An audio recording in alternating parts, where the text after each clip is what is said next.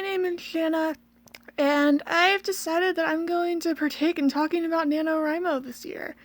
For those who don't know me, I've been writing for about 10 years now, pretty seriously. I do a lot of fan fiction, but I've also done NaNoWriMo every year for about 10 years, and have won almost every year, so I've actually written quite a few books. But this year is special because it's the first time that I'm rewriting something. And I just thought I might as well share some of that with you all and document the experience.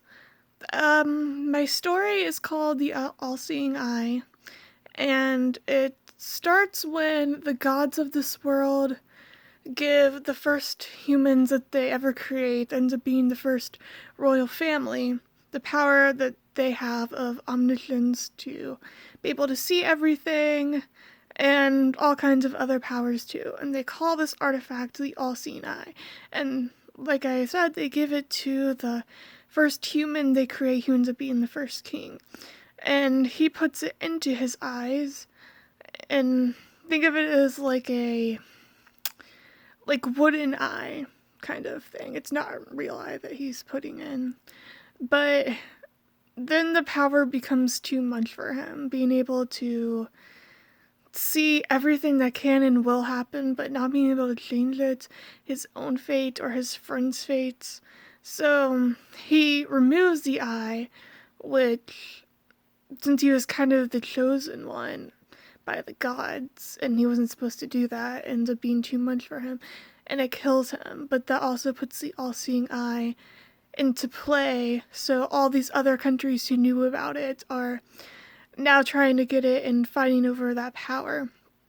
And there are wars upon wars, but eventually the first king, King Tama's descendants, get it back into their hands again by having a very strong military, so no one thinks they'll be able to get it back from them without losing a ton of their people. And the story starts when Delamer, who is my main character, who worked for Queen Akka, a descendant of King Tama, her brother decides to steal, or try to steal, the All-Seeing Eye for a prank, and is put in prison because of it. And Delamer kind of has to steal the eye herself in order to save her brother Mel from her former employer, Queen Akka, and there's definitely an interesting story there.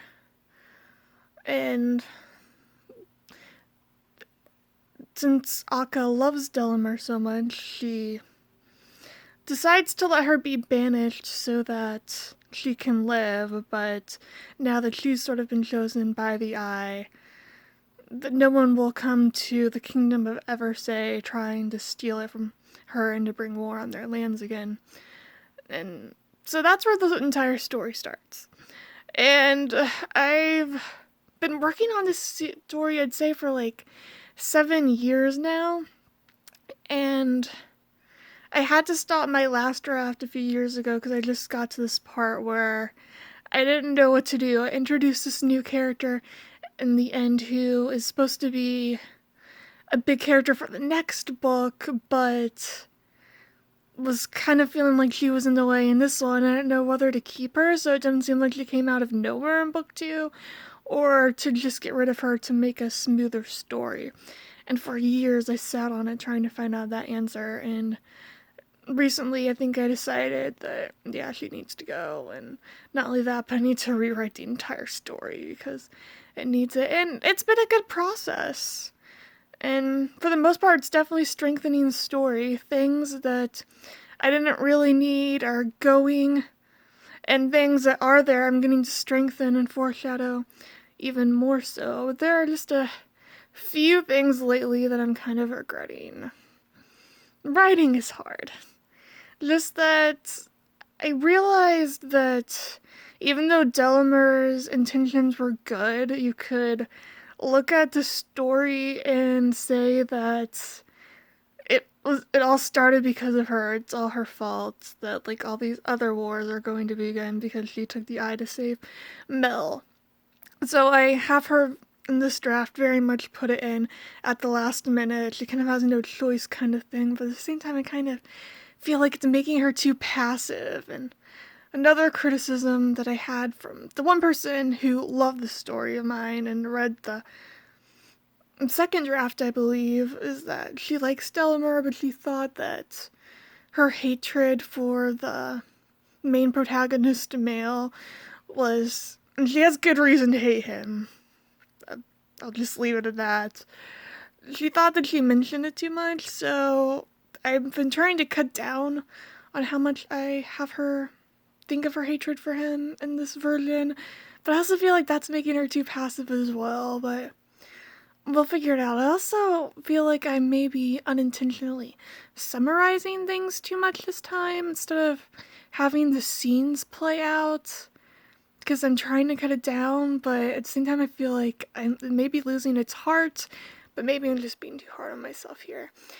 One other cut I regret is Maggie Stiefvater gave great advice about like what she does with her writing to make it so real. And for example, like creating her own recipe for the Scorpio races. And I'm like, that's a great idea. I should do that for this. And I did in one of my last drafts, but I forgot to put it back into this one. So I'm going to have to find a way to put it back in another scene or find that scene in the old draft and copy it back in, but I'll do it because gosh darn it, the story needs that recipe. And what else? I'm a mystery box writer like J.J. Abrams. I learned it from Kingdom Hearts because that has been my forever series all these years where I really unintentionally like learned writing when I was young. But I also get why people have issues with that kind of platform. So I'm trying to be more straightforward with the story this round and giving you the details you need to know from the get-go. But I also feel like I'm maybe giving them away too soon now, and there's less need to read to see what happens next.